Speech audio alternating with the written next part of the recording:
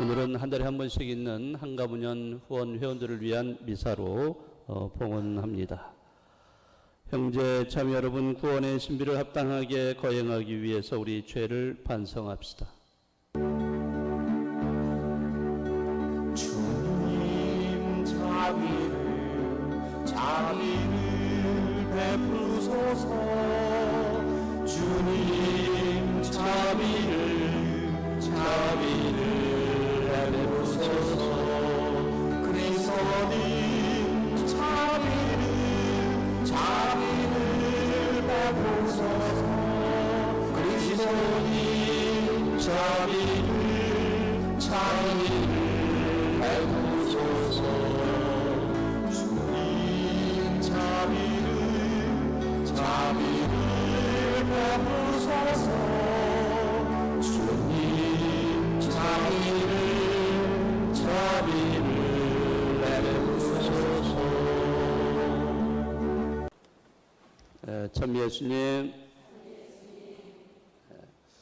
오늘은 한 달에 한 번씩 있는 한국가톨릭문화연구원 한가문연이라고 그러죠. 후원을 해주시는 후원 회원들을 지향하는 미사, 그리고 또 생활성가 미사로 봉헌합니다. 오늘 이 미사 강론의 주제는 가난한 마음입니다.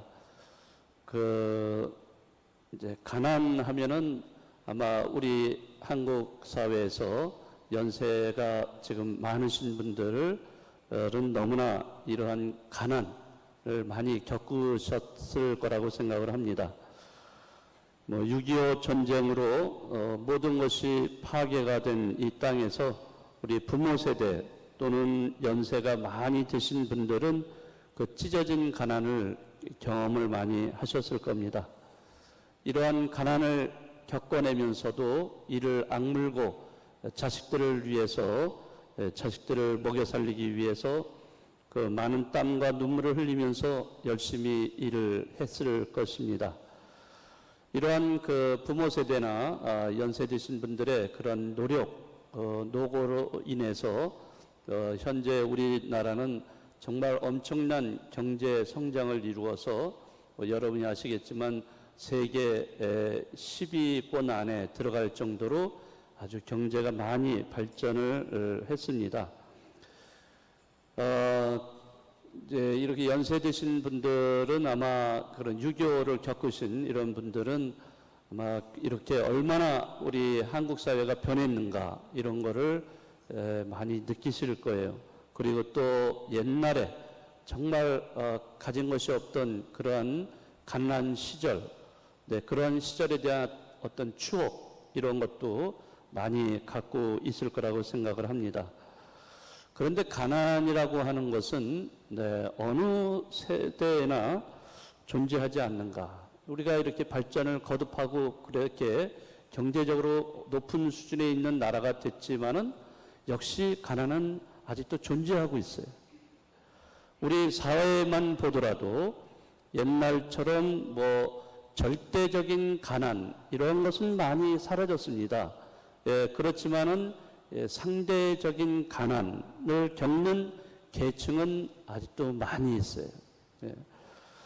여러분이 잘 아시지만 최근에 칸 영화제에서 황금 종려상을 탄 작품 있죠? 우리 한국 작품 뭐예요? 기생충. 보셨어요? 아직 못 보셨어요? 정말 많은 사람들이 아마 이 영화를 보고 계신 걸로 알고 있습니다. 저도 우리 신자분들하고 가서 저기 코엑스에 가가지고 봤어요. 봤는데 이 영화는 정말 많은 것을 우리에게 얘기를 해주고 있습니다. 그걸 다 얘기하기는 참 어렵지만은 어쨌든 그거 영화를 보면서 즉각적으로 느낄 수 있었던 것은 우리 사회 안에 이렇게 그 가난한 계층과 부유한 계층 간의 어떤 대조적인 이런 삶의 모습, 이런 거를 이 영화가 아주 극명하게 아주 잘 보여주었다고 할 수가 있겠습니다. 가난한 사람들이 어떻게 살고 있는지, 또 부유한 사람들은 어떻게 살고 있는지 이런 거를 잘 보여주었는데요.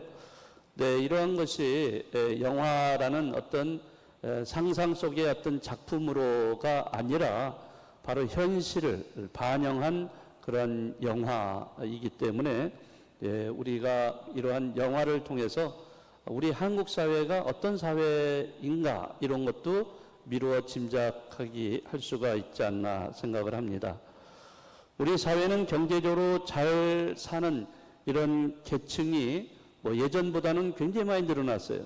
왜냐하면 나라가 잘 사는 나라로 이제 변하니까 이렇게 그 잘 사는 계층도 많이 늘어나기는 했지만은 그러나 아직도 우리 사회 안에는 낙오된 그런 소외된 계층들 또 사회적인 약자들이 아직도 많이 있어요. 이런 사람들이 알게 모르게 여러 가지 모양으로 고통을 당하고 있다는 것도 우리는 부인할 수가 없습니다. 개인적 또는 사회적인 여러 가지 요인으로 인해서 어쩔 수 없이 겪는 이러한 물질적인 가난이 있습니다.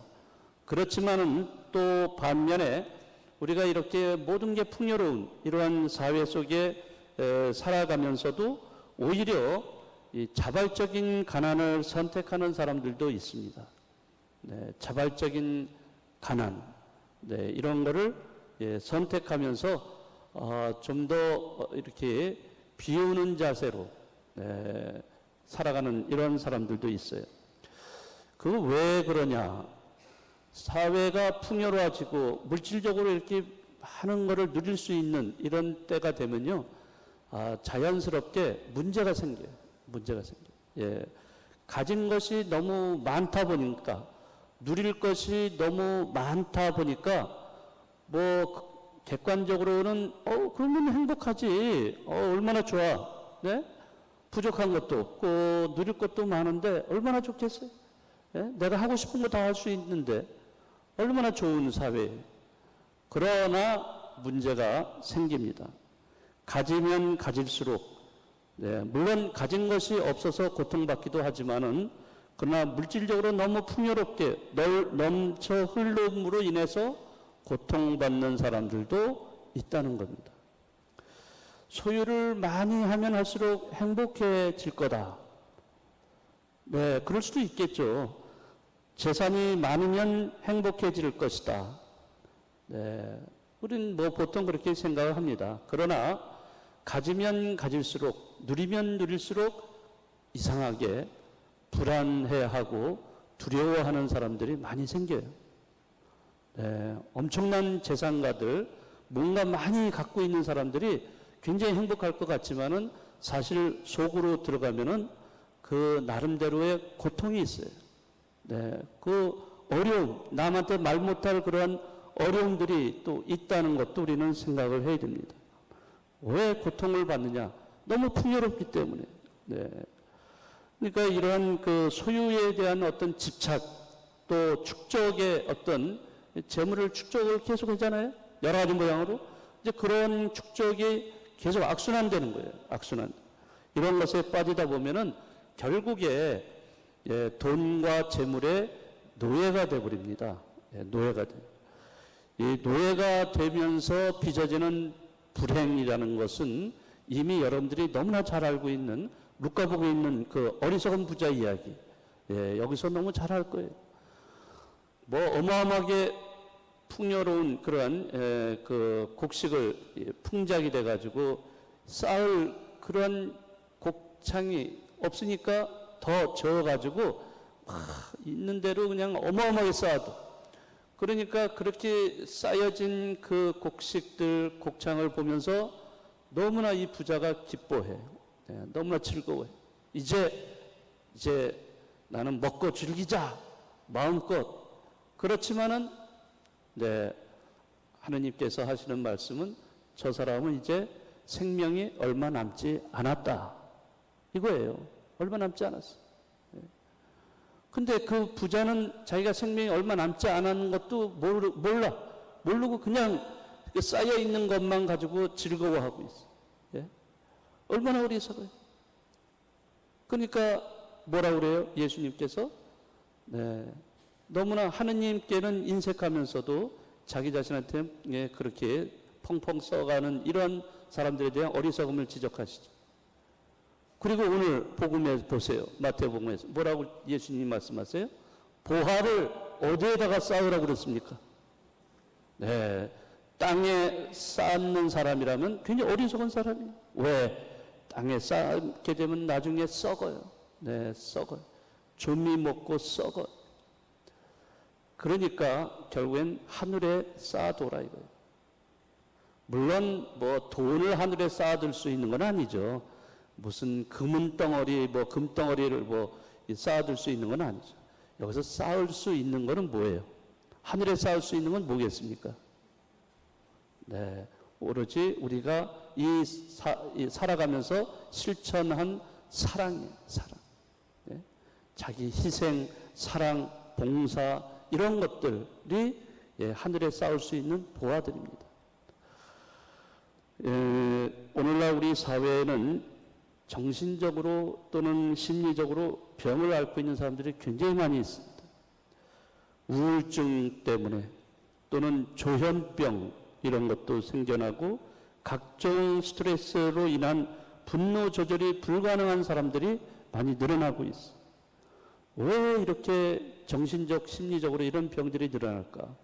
이런 것들은 결국에 너무 풍요롭기 때문에, 가진 것이 많기 때문에, 이러다 보니까 여기에 대한 어떤 심한 경쟁, 이런 것들에 대한 스트레스, 아마 그러기 때문에 이러한 데서 벗어날 수 있는 유일한 길은 소유에 대한 집착에서 벗어나는 길, 이게 유일한 해결책이 아닌가 이런 생각을 해봅니다.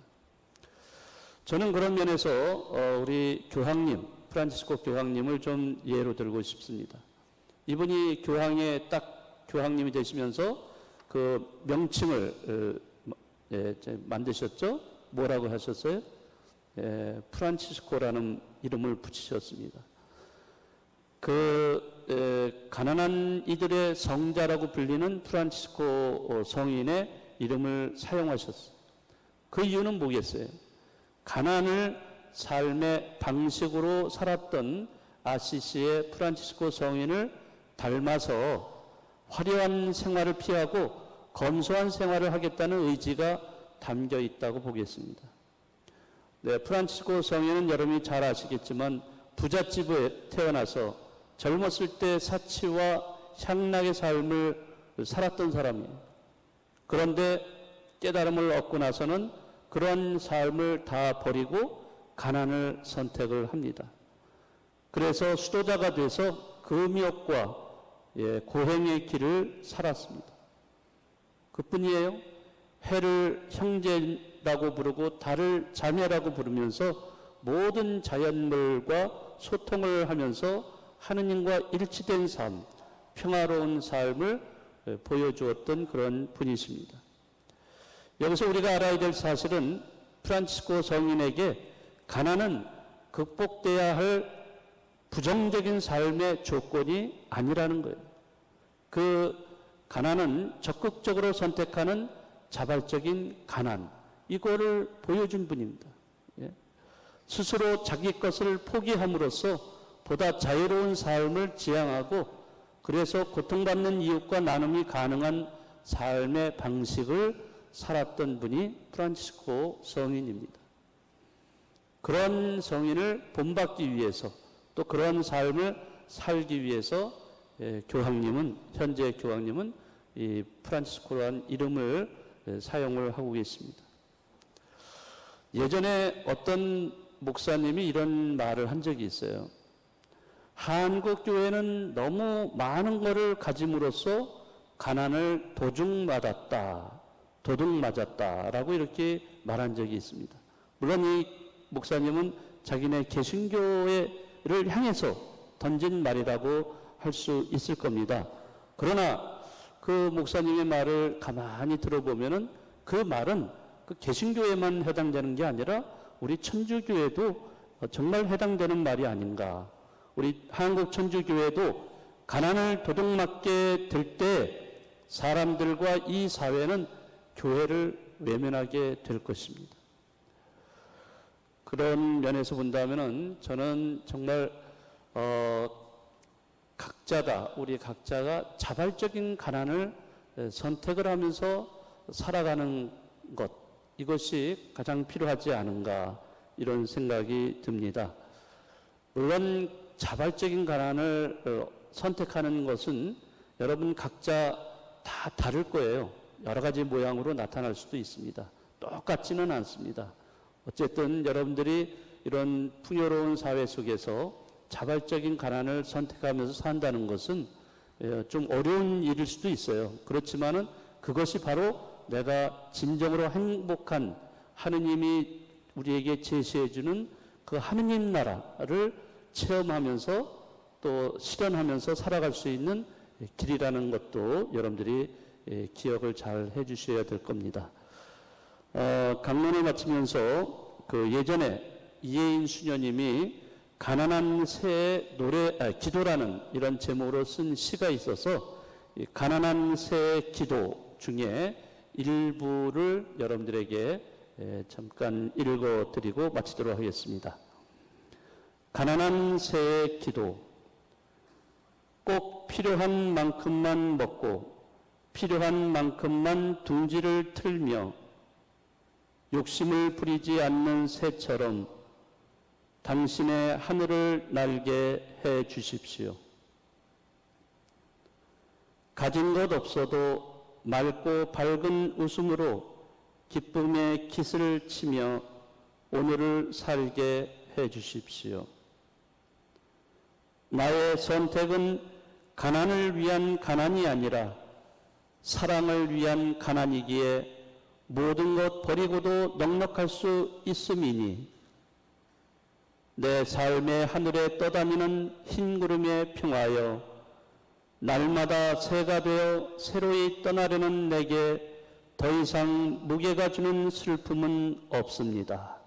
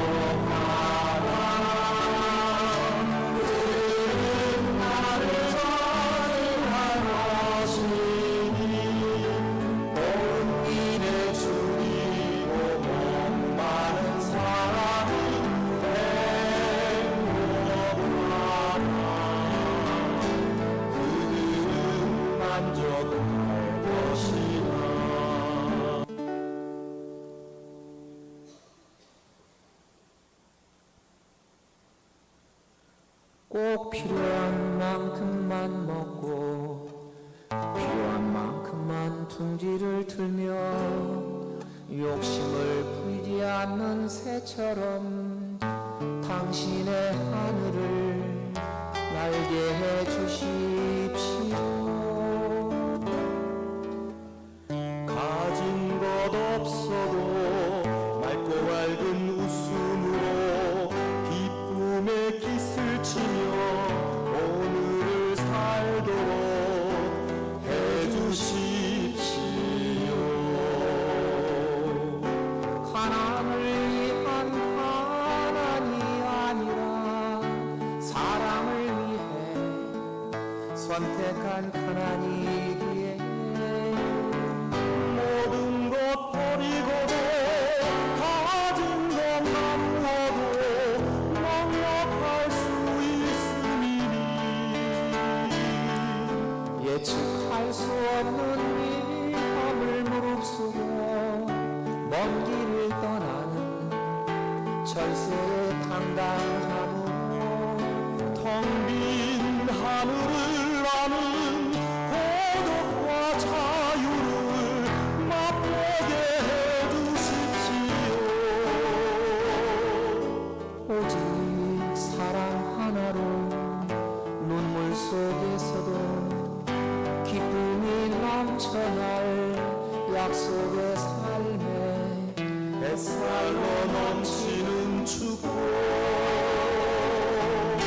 내 삶의 하늘에 떠다니는 흰 구름에 평하여 날마다 새가 되어 새로이 떠나려는 나에게 더 이상 무게가 주는 슬픔 없습니다.